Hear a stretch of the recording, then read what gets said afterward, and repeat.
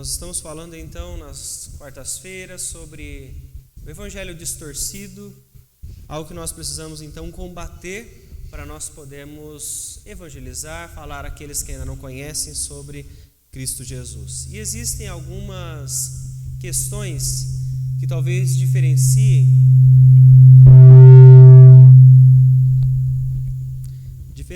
as gerações. Há pensamentos diferentes entre as gerações mais novas, as que estão surgindo, com as anteriores. Você pega aí a informalidade que muitos das novas gerações gostam, da tecnologia, já estão dentro desse meio digital, o que é diferente das gerações anteriores, que não nasceram nesta era digital, que não se comportam com relação a como o mundo está da mesma forma, porque o mundo então teve essas mudanças. E aí o que nós precisamos pensar com tudo isso é o que é necessário para que o evangelho alcance as novas gerações. O pensamento de muitos, quando pensam então em crianças, jovens, adolescentes, é então uma adaptação completa para que essas pessoas de cada geração, elas possam então ser alcançadas pelo evangelho. Aí você encontra diversas distorções do que nós encontramos como evangelho verdadeiro na palavra do Senhor, quando, por exemplo, a questão da teologia da libertação, Você pega então uma ênfase maior em um grupo específico. Vamos adaptar esta mensagem para este grupo.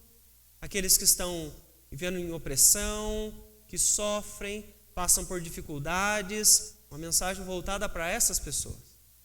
Há uma adaptação na mensagem para que essas pessoas então possam entendê-la.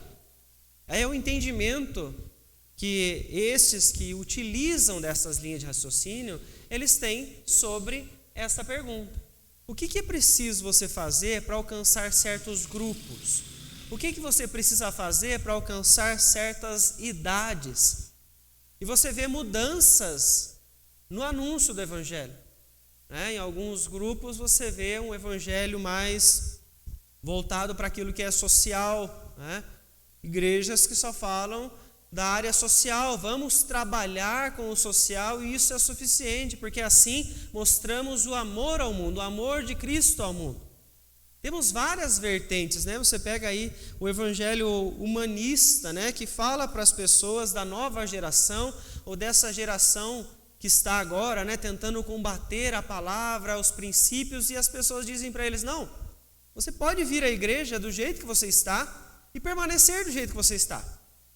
Você vai ser aceito deste jeito que você está vivendo agora e você vai fazer parte da igreja de Cristo. Ou seja, adaptações de um evangelho que nunca deveria ter sido alterado, mas tem sido por causa dessa pergunta. E o grande risco que nós, como igreja, temos é de cair neste mesmo erro. Olhamos para as pessoas que chegam, olhamos para as gerações que chegam e começamos a pensar que o evangelho precisa ser adaptado para que essas gerações possam ser alcançadas. Aqui eu não estou querendo entrar no mérito de que se eu estou falando com uma criança ou se eu estou falando com um adulto, eu não posso alterar a forma, a linguagem. Não há problema nisso. Só que mesmo com a forma sendo alterada, a linguagem sendo alterada, o evangelho não pode ser alterado. Então, independente do grupo que for ouvir o evangelho vai ser o mesmo. E por isso o apóstolo Paulo, ele então vem responder algumas questões referente a esta alteração no evangelho que estava acontecendo na igreja de Corinto. Então eu quero convidar os irmãos a abrir a palavra do Senhor na primeira carta de Paulo aos Coríntios, no capítulo 2. Vamos ler do versículo 1 até o versículo 16 para falar sobre esta integridade do evangelho. Primeira carta de Paulo aos Coríntios, capítulo 2, do versículo 1 até o 16. E eu vou fazer a leitura dos versículos ímpares, e eu peço à igreja que todos leiam juntos, por favor, os versículos pares, até o 16. Diz assim, a palavra do Senhor. Eu, irmãos, quando fui ter convosco, anunciando-vos o testemunho de Deus, não o fiz com ostentação de linguagem ou de sabedoria.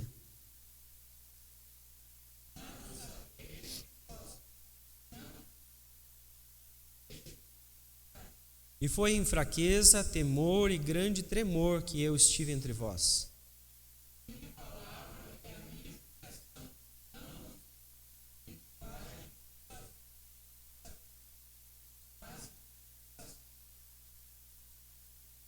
Para que a vossa fé não se apoiasse em sabedoria humana, e sim no poder de Deus.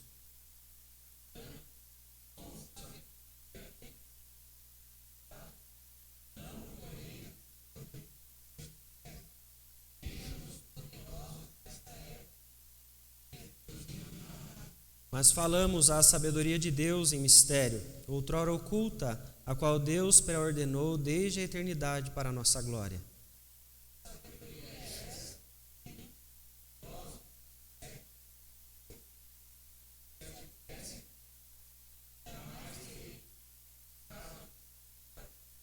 Mas como está escrito, nem olhos viram, nem ouvidos ouviram, nem jamais penetrou em coração humano o que Deus tem preparado para aqueles que o amam.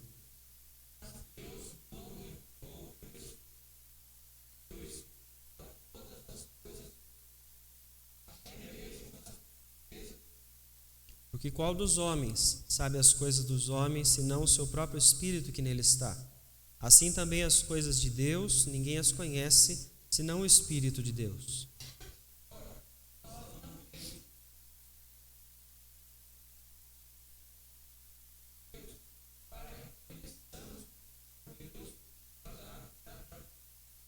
Disso também falamos, não em palavras ensinadas pela sabedoria humana, mas ensinadas pelo Espírito, conferindo coisas espirituais com espirituais.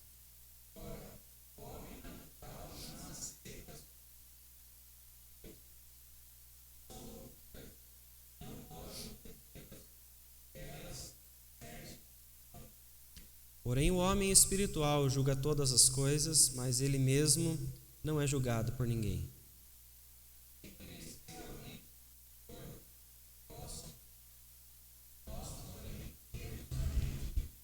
Isso, até aí, vamos orar mais uma vez. Querido Deus, em nome de Jesus, nós estamos perante esta porção da Tua Palavra e nós clamamos a Ti que direcione este momento de reflexão. Que o Senhor nos permita compreender a verdade, que o Senhor nos permita voltar para os nossos lares esta noite, compreendendo a vontade do Senhor sobre nós. Peço a Ti, ó Deus, que venha agir assim em nós pelo Teu Espírito, com poder, transformando a cada um de nós através deste conhecimento. Em nome de Jesus que nós oramos e desde já agradecemos a Ti. Amém, Senhor. Irmãos, então, o apóstolo Paulo, nesta carta aos Coríntios, ele vem responder contra a ameaça à integridade do evangelho que estava, então, naquele local pelos falsos mestres, e ele começa respondendo aqui qual é o foco daqueles, então, que pregam o evangelho. Paulo começa no primeiro versículo lembrando que ele esteve com eles, ele esteve em Corinto. Então ele lembra, quando fui ter convosco. Quando você lê o texto de Atos, Paulo ficou aproximadamente 18 meses na igreja de Corinto, naquela cidade, junto com aqueles irmãos, anunciando o evangelho. E ele vem então reforçar que quando ele estava lá, ele estava anunciando o testemunho de Deus. O apóstolo Paulo então vem lembrar que ele veio falar aquilo que Deus havia conferido a ele. Ele não utilizou então de linguagens complexas, ele não utilizou de algo a mais para que ele pudesse então completar aquela mensagem que ele havia recebido. Ele simplesmente foi até Corinto e pregou o evangelho de Deus, aquilo que o Senhor havia então entregue a ele. Quando ele então vem falar sobre o foco daqueles que vão pregar o evangelho, o apóstolo Paulo então mostra sua total dedicação em uma coisa apenas. Versículo 2, então ele vem dizer: porque decidi nada saber entre vós, senão a Jesus Cristo e este crucificado. Paulo então mostra uma total dedicação, obrigado Juliano, total dedicação em pregar apenas a Cristo Jesus. Vejam só que no próprio texto, é como se ele estivesse dizendo: no momento em que eu estava com vocês, como se eu tivesse esquecido de todas as outras coisas para que o meu foco não fosse alterado. O propósito de Paulo naquele local, então, era apenas anunciar Cristo Jesus e a cruz, a mensagem de redenção que vinha através da morte de Cristo Jesus. Então, Paulo mostra que ele estava completamente focado somente nisso. Mas veja então que ele faz isso em total dependência. Versículo 3, então, ele vem dizer que ele foi lá em fraqueza, temor e grande tremor. Quando nós lemos então a palavra fraqueza, alguns podem entender como uma debilidade, uma doença, mas não, Paulo está falando aqui sobre dependência. Ele reconhece, pelo temor que ele mesmo está dizendo, que ele precisava do auxílio do Senhor para fazer. Quando você lê o texto de 2 Coríntios 4:7, Paulo vem falar então que nós não passamos de vasos nas mãos do Senhor, frágeis, onde um vaso contém então um conteúdo muito importante, que é a mensagem do Evangelho de Cristo Jesus. Paulo reconhece isso. Então vejam só, o foco de Paulo quando ele vai pregar o Evangelho é falar somente de Cristo, reconhecendo a sua própria fragilidade. Ele não chega então à cidade de Corinto orgulhoso pela sua eloquência, orgulhoso pelo seu caminho que ele havia trilhado, que ele tinha um caminho exemplar diante da religião judaica. Ele chega de uma postura humilde, reconhecendo então naquele instante que a função dele era apenas falar sobre Jesus. Porque veja o que Paulo está mostrando, então aqui no versículo de número 5, ele vem fazer isto para quê? Ele vem dizer então o motivo, para que a vossa fé não se apoiasse em sabedoria humana e sim no poder de Deus.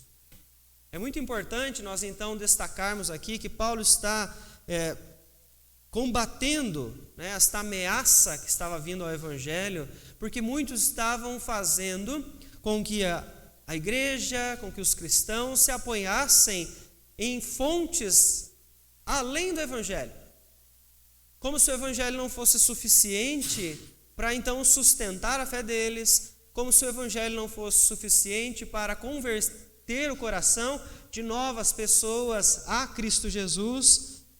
Então ele está dizendo: eu não venho com algo a mais para vocês, para que vocês possam ficar impressionados comigo. Mas ele vem dizer então que ele vem na demonstração do Espírito e do poder, ou seja, ele tem apenas uma coisa para oferecer: o Evangelho de Cristo. E ele vive em total dependência daquilo que o Senhor vai fazer através desta mensagem que está sendo então pregada. Nós entendemos aqui com Paulo então que a mensagem a ser anunciada por qualquer um de nós é a cruz de Cristo. O que é que nós precisamos então entender diante do nosso contexto, do nosso dia a dia? Talvez você já tenha convidado alguém, como eu falei no começo, e a pessoa está vivendo em uma situação que ela reconhece ser pecado, que ela reconhece ser um erro diante de Deus, porque ela já ouviu isso, e aí nós, para tornarmos o caminho mais fácil para elas, nós falamos: vamos lá, não tem problema a maneira como você está vivendo. A forma como nós colocamos esta questão para as pessoas pode dar a entender para elas que elas não precisam se arrepender da vida que elas estão tendo. Pode dar a entender às pessoas que nós somos de uma igreja liberal, que a gente interpreta a Bíblia do jeito que a gente quiser, que a gente exclui então a questão do pecado. Não, aqui a gente não fala de pecado, a gente fala só de amor, a gente fala só de aceitação, só de inclusão. Isso é distorcer o Evangelho. Às vezes nós fazemos isso para quê? Porque fulano de tal está me dando uma oportunidade de eu falar de Cristo para ele, e eu queria tanto que ele fosse na igreja nesse dia, porque vai ter uma programação X, eu vou usar de qualquer recurso. O que é que nós fazemos com isso? Nós prejudicamos a mensagem, prejudicamos aquele momento que Deus pode ter proporcionado para você falar o Evangelho para aquela pessoa, e ela vai ficar então focada onde se ela vier para a igreja?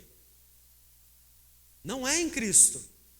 Até porque você abriu um caminho para ela, uma porta larga para que ela fizesse o que ela quisesse. Na hora que ela vem e ela ouve então uma pregação que fala de arrependimento, ela vai achar que você mentiu para ela. Vejam só como é importante nós então sabermos explicar este evangelho e mostrar às pessoas o que é que o Senhor Jesus veio fazer. É algo que nós repetimos falando, isso é óbvio para nós, né? Eu sei que Jesus veio, eu sei que Jesus morreu na cruz, que Ele ressuscitou, que Ele está vivo, mas as pessoas não sabem. E elas precisam entender isso para que quando elas então tenham essa oportunidade de vir ouvir a pregação, elas venham e saibam que elas vão ouvir sobre esse Cristo que foi crucificado. É não entrar por atalhos, né? Nós falamos isso em outros momentos. Não trilhar, então vou passar por esse caminho que é mais curto, vamos encher a igreja de pessoas, e aí nós vamos então ver aquilo que o Senhor está fazendo, né? Daí você vê igrejas que estão cheias por aí, mas porque elas anunciaram o evangelho distorcido. Muitas vezes a pessoa fica até vinculada a você. Você é o elo dessa pessoa, você é a força dessa pessoa. Você é quem dá para essa pessoa estrutura. Ela não entendeu ainda que quem vai dar a ela a força é o Evangelho. Quem vai transformar a vida dela é o Evangelho, para que ela possa então caminhar com o Senhor e ela possa sobreviver, se nós podemos dizer assim, às lutas do dia a dia que ela vai passar sozinha quando ela não estiver conosco. Então vejam como é importante nós então entendermos o que nós divulgamos para os outros. Às vezes nós falamos, né? Temos aí a teologia da libertação da igreja tal, né? A teologia humanista da igreja tal, falam dessa forma. Mas o que é que nós falamos quando só estamos nós, as pessoas? Né? Nós precisamos então entender para poder então passar a essas pessoas. Alguém quer comentar alguma questão sobre isso?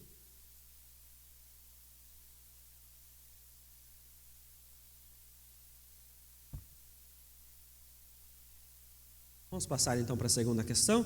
Veja então que Paulo mostra aqui, retomando a questão da ameaça à integridade do Evangelho, Paulo mostra qual era o foco quando ele pregava, para nos mostrar então qual é o foco quando nós pregamos, né? Talvez você fale assim, mas eu nunca fui no púlpito para pregar o Evangelho. Mas você não precisa de um púlpito para você pregar o Evangelho. Você precisa de uma vida, né? O Evangelho você prega com a vida, no dia a dia, na conversa, no relacionamento, nas amizades. É o dia a dia que as pessoas vão ver o Evangelho em você, e o Evangelho transbordando de você a todo instante. Por isso nós precisamos estar centrados então em qual é o foco quando nós estamos falando sobre aquilo que nós cremos, vivendo, né, em todos os momentos que isso está em nossas vidas. Então Paulo vem falar agora qual é o conteúdo. Se o problema daquele povo era não se apegar à sabedoria humana, como ele diz então no capítulo 2, verso 5, ele vem mostrar então a qual sabedoria eles deveriam então se apegar. O que é que ele estava falando? Né? Da onde vem então este conteúdo? E Paulo vai falar então sobre dois tipos, né? Duas sabedorias. Ele vem dizer no versículo 6, expomos sabedoria entre os experimentados. Paulo vem falar aqui daqueles então que possuem fé, aqueles que já possuem maturidade, que a sabedoria ela é colocada para eles, para que eles possam então se aprofundar cada vez mais, não é? Mas não é a mesma sabedoria que ele utilizou no versículo 5, não é algo humano, né? Como ele vem reforçar então no versículo 6, né? Não é aquilo que os poderosos, os sábios, os filósofos, não é aquilo que o mundo está trazendo como algo grandioso, importante, de algo no nível intelectual, que as pessoas olhem e digam, nossa, esse conteúdo é muito bom. Não, porque isso não é suficiente para fazer com que essas pessoas entendam quem é Cristo Jesus. Paulo está reforçando isto, que esta sabedoria anunciada, ela vem de Deus. Porque o que o mundo produz não faz com que essas pessoas então se aproximem de Cristo Jesus. Então veja que ele está nos lembrando que o Senhor então tem um plano, e neste plano, desde a eternidade, ele está direcionando para que ele mesmo seja glorificado. Isso vai acontecendo através do seu povo que o conhece, que também, ele diz, que também vai receber glória. Versículo 7, então ele está falando aqui da nossa redenção, né? Momento de glória para a igreja, onde nós então festejaremos com a redenção prometida pelo Senhor desde a eternidade.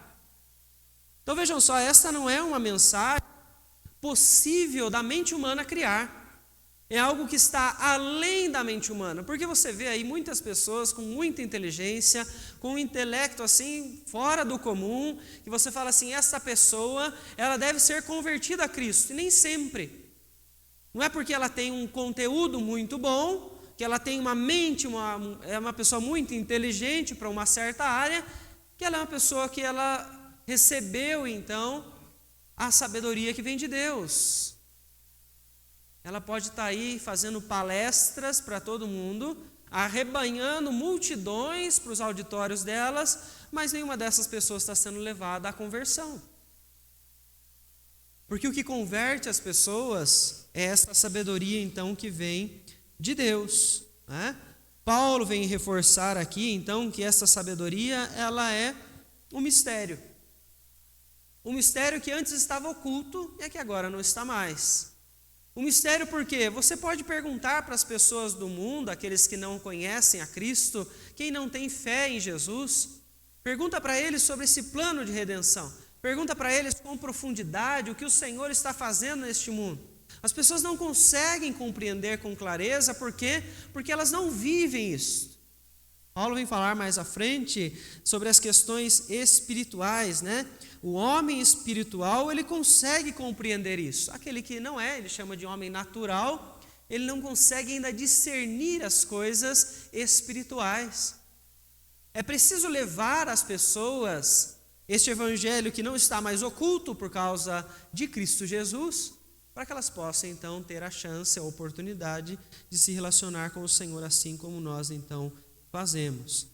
Veja então, se você for pensar em relação a isso, a geração presente, a nova geração, a geração que está sendo guiada não mais por revistas de jornais, como era antigamente, não mais por televisão, como era antigamente, estamos falando antigamente, a geração que está sendo direcionada pela internet. Qual é a sabedoria dessas pessoas? O que está alimentando a mente delas? Os diversos canais do YouTube que você pode encontrar. Elas sabem todos os conteúdos de fulano de tal. Do influenciador que elas seguem, elas conhecem. Mas isso não gera conversão delas. Então você pode pensar que para este público, talvez o meio de você falar com eles, você possa alterar. Talvez usar os meios digitais para chegar nesse público seja uma forma de você então começar a falar com eles. Mas aí você precisa mostrar para eles a realidade. Porque nós temos que lembrar que tudo que o digital faz é uma projeção daquilo que é real. Então nós podemos usar esses meios sem adaptar o evangelho para que esta geração possa ouvir. E aí então você precisa mostrar para elas que a realidade da igreja, a realidade do reino, ela é física, ela é presencial, ela está aqui, ela se reúne, elas se importam uns com os outros, e aí trabalhar as questões que essa geração tem mais dificuldade porque está vivendo dessa forma mais distante pela própria tecnologia. Mas veja, você não mexe no conteúdo, você passa para essas pessoas essa sabedoria que vem de Deus. Falamos aos adolescentes e às crianças sobre redenção. Falamos a eles sobre a cruz, sobre arrependimento. Senão não vai haver conversão. É muito comum nós trabalharmos com crianças, e eu falo porque eu já trabalhei muito tempo só com crianças, e nós chegarmos para as crianças e termos medo de falar sobre arrependimento, falar sobre pecado, falar para eles sobre a cruz. Nós precisamos falar, explicar o que aconteceu. Talvez você vai ter que adaptar a linguagem, né? Para que algo complexo você vai ter que esmiuçar para ficar um pouco mais fácil para elas. Mas a gente precisa falar, porque crianças se convertem, adolescentes se convertem. Nós precisamos entender isso, que o evangelho converte qualquer geração. Senão nós vamos dar um passo para trás e esperar, bom, que idade a pessoa vai chegar para que eu possa chamar ela para vir à igreja, para que eu possa evangelizar ela, para que eu possa discipular ela, para daí ela entender bem. Não tem idade. Basta você manter o foco e lembrar que a sua vida é para Cristo. Quando você então compreende aquilo que Ele fez. Ele morreu na cruz por nós para nos dar uma nova vida, e esta nova vida agora é para Ele. Vivemos com foco nele, como Paulo estava dizendo, e anunciamos aquilo que Ele nos passou. Não aquilo que nós achamos que é importante, não aquilo que nós criamos, né? Porque nós podemos até criar bons conteúdos, mas isso não gera conversões. Alguém quer comentar alguma questão sobre isso?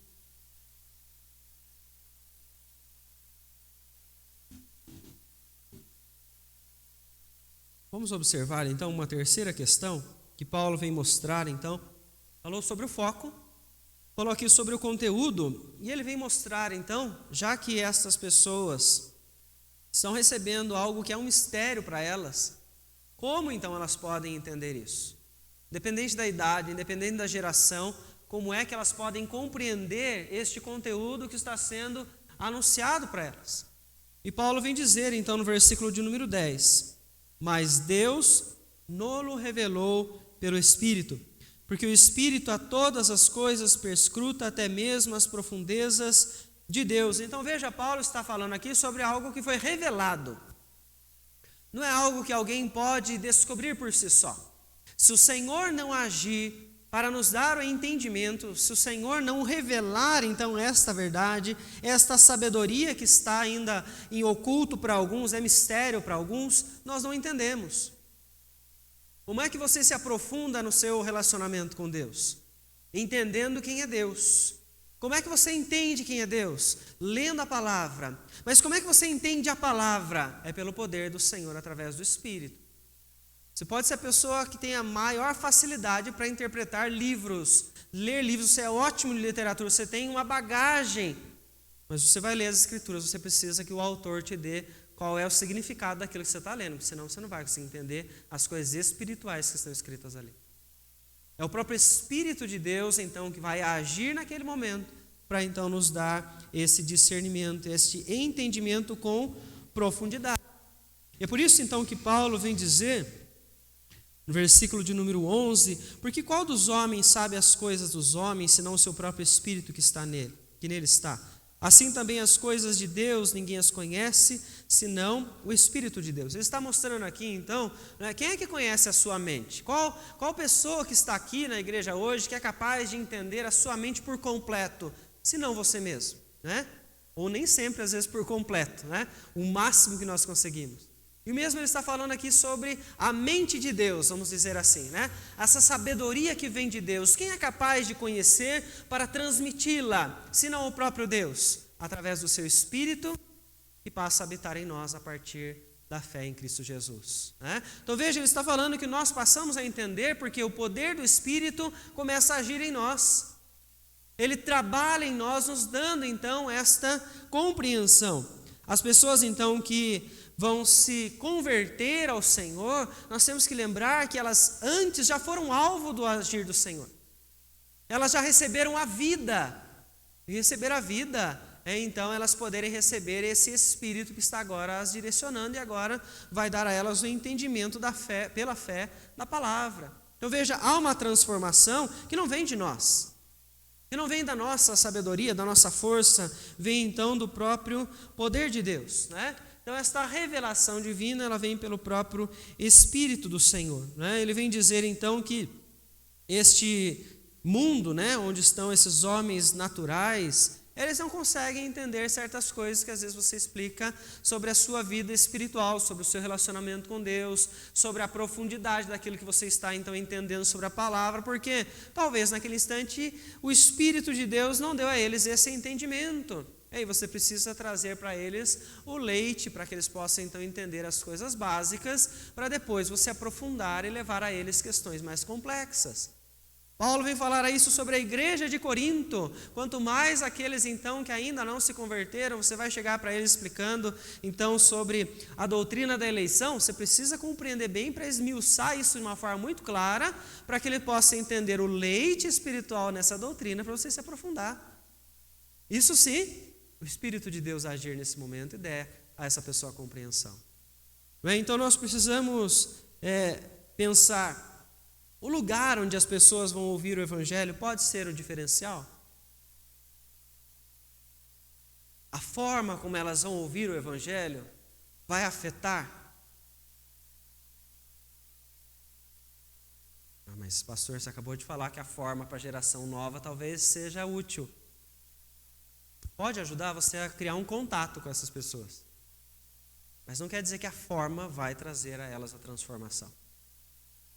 Não é o fato de você agora, né, a gente já usou isso, né, até o ano passado a gente foi fazer um evangelismo na escola aqui perto, eu, a Vânia e o Vinícius, nós nos vestimos de palhaço.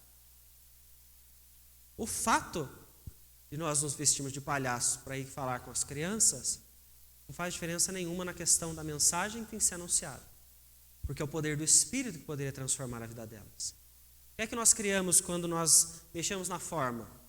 Criamos apenas um contato a mais. Chamamos uma atenção para a nossa direção. Né? Falamos com o fantoche lá. Para quê? Chama a atenção da criança. Mas a mensagem não foi alterada. Porque quem vai transformar o coração delas é o Senhor pelo poder do Espírito. Não é o fantoche em si, não é a roupa em si que a pessoa está vestindo, não é o instrumento em si que ela está tocando, né? Falando no caso de criança, lembrando o que a gente fez lá, mas é o Senhor. O que é que nós precisamos então pensar quando nós olhamos o apóstolo Paulo falar sobre esta integridade do Evangelho? Lembrar qual é o foco quando nós vamos falar a alguém. Qual é o conteúdo quando nós vamos falar a alguém. E como que essa pessoa vai poder então entender isso. Porque isso muda a nossa postura naquele momento. Nós vamos orar mais, porque vamos depender mais do Senhor, lembrar que não é por nós, pela nossa eloquência, pela nossa vestimenta, é por Deus. Deus vai fazer isso. Nós vamos nos preocupar mais com o que nós falamos e nós vamos nos preocupar mais com o que nós estamos fazendo na nossa vida, no foco que nós temos no nosso dia a dia. Porque isso vai fazer diferença. E aí nós queremos que fulano de tal venha para a igreja porque eu sei que esse é o melhor caminho. O que é que você precisa fazer? Primeiro, cuidar de você. Cuidar da mensagem que você vai divulgar, conteúdo daquilo que você aprende. E aí então você tem que depender cada vez mais do Senhor para que você, ao ir fazer algo, você lembre-se que Deus, se Ele não estiver com você, se o Espírito do Senhor não estiver com você naquele momento, pode ser algo vazio que você vai falar para aquela pessoa. Porque precisa do poder de Deus para que eles possam entender as questões espirituais que você está passando naquele instante. Então eu trouxe 3 questões aqui para a gente encerrar. A arrogância, né? Paulo vem falar aqui sobre o foco daqueles que estavam levando então o evangelho para eles mesmos. A arrogância pode nos fazer ocultar o verdadeiro evangelho. Você pode ter a mensagem, mas se você levar as pessoas a olharem mais para você do que para Cristo, você vai desfocar completamente a direção que elas deveriam caminhar. E elas vão vir atrás de você. Existem inúmeras pessoas que fazem discípulos de si mesmo. Eles querem cópias de si mesmo. Eles querem cópias dos seus pensamentos, da sua forma de viver. E eles começam a moldar pessoas para que elas sejam iguais a elas. E eles vêm à igreja não à procura de Cristo. Eles vêm à igreja à procura daquele modelo de pessoa. Já viu o que acontece quando esse tipo de pessoa sai da igreja? O que é que as cópias fazem? Vão atrás do modelo. Por quê? Porque a arrogância em algum momento impediu que você divulgasse o verdadeiro evangelho. Arrogância em que sentido? Eu sou bom. Eu estou te mostrando. Imagine comigo então se você vai fazer um evangelismo numa tribo indígena. Vai chegar ali no meio da tribo indígena, você vai entender que você vai ter ali um contexto completamente diferente do seu. Você olha eles, às vezes a situação é muito precária, você olha a vestimenta deles, você vai ver talvez seja também precária, além das casas, além do local onde eles vivem, e você na sua arrogância pode pensar assim, sou melhor do que eles. Tenho muito mais do que eles. Então eu vou anunciar para eles o evangelho de alguém que é muito melhor do que eles. Isso é arrogância. Não vai levar Cristo para eles. E quem somos nós perante as outras pessoas? Independente da condição que elas estão vivendo, nós só temos uma coisa para oferecer: é Cristo Jesus. Eu não tenho que me equiparar à condição de ninguém, eu só tenho uma função, como Paulo. O foco é Cristo. Naquele momento, esquecer das outras coisas, se for possível, para lembrar que eu não posso me desviar daquele alvo que é Cristo Jesus. Por isso, então, nós temos que cuidar como nós falamos. Como é que nós estamos para nós podermos falar? Ah, mas então eu arranjei uma desculpa para não falar mais. Você acha uma desculpa para você não falar, é porque você quer permanecer em pecado. Precisa mudar essa postura. Nós somos chamados para anunciar o evangelho verdadeiro. Se nós estamos encontrando desculpas, nós estamos longe do Senhor, precisamos voltar a Ele. E abandonar qualquer postura de arrogância. Não tem ninguém melhor do que ninguém. Vai encontrar alguém que está aí mendigando na rua, não somos melhores do que eles. Eles precisam do evangelho da mesma forma como nós precisamos. Então nós temos que olhar para desta forma, com humildade, lembrando que nós só temos o que temos pela própria graça e não por nós. Não é? A segunda questão que eu coloco aqui é que a sabedoria deste mundo não pode desvendar o mistério da graça. Então nós precisamos lembrar disso, porque o mundo está divulgando a sua sabedoria de todas as formas, cada vez com mais intensidade. E você? Qual é a intensidade com que você tem se preocupado em anunciar a sabedoria de Deus? Nós muitas vezes estamos acomodados porque parece que está tudo bem. E nós temos que lembrar que se a nossa tarefa não está sendo feita, nós estamos em pecado contra o Senhor mais uma vez. Eu não sei se os irmãos acompanharam, mas seja por uma situação emergencial ou não, foi proibida a pregação do evangelho para os Yanomamis no começo deste mês. Por uma situação emergencial, esse é o discurso, mas abriu-se uma porta para que o evangelho possa ser barrado para certos povos. Você já pensou se isso aumentar? Se isso chegar ao ponto de nós não podermos mais falar que somos cristãos, porque lá a proibição era que eles não poderiam ser evangelizados com a mensagem de Cristo. Que não poderia entrar ninguém lá, nem com camisetas, com estampas que retratassem algo religioso, da religião cristã. Isso não impede só a entrada de pessoas, mas como também as próprias pessoas que estão ali dentro, que são Yanomamis, possam professar a sua fé. Se isso se amplia de alguma forma, e nós não tivermos mais a oportunidade de pregar o evangelho com liberdade, será que nós vamos dar graças a Deus? Puxa, finalmente chegou o momento que agora eu posso ficar quieto em casa e que ninguém vai me cobrar. Ou será que vai ser a hora, como a igreja primitiva em Atos, que nós vamos sair para falar?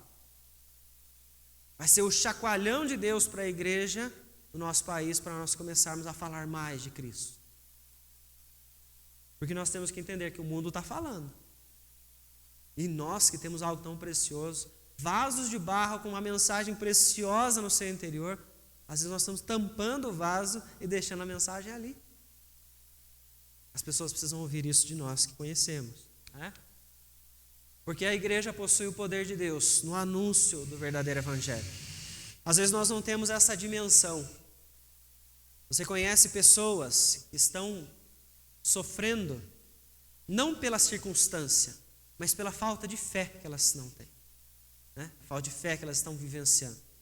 E você, como parte da igreja, você conhece ao Senhor, você que vive com Cristo, você tem o poder nos seus lábios. Ele vai falar nas suas mãos, mas está nos seus lábios.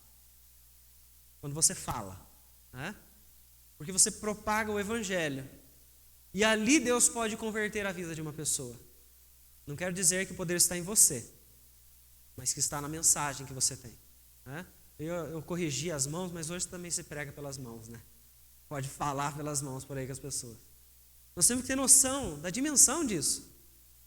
Se você for ali na praça e começar a pregar o evangelho verdadeiro e pedir para que o Senhor então faça ali um grande mover e converta as pessoas, se Deus quiser fazer isso, você vai ver todas as pessoas da praça convertidas a Cristo Jesus. Você acredita nisso? Nós precisamos ter a dimensão do que o poder de Deus pode fazer. Às vezes nós nos tornamos mais céticos do que os céticos, né? Eu não creio em mais nada, eu não creio que Deus pode fazer isso. Não, Ele pode. Ele pode converter as pessoas.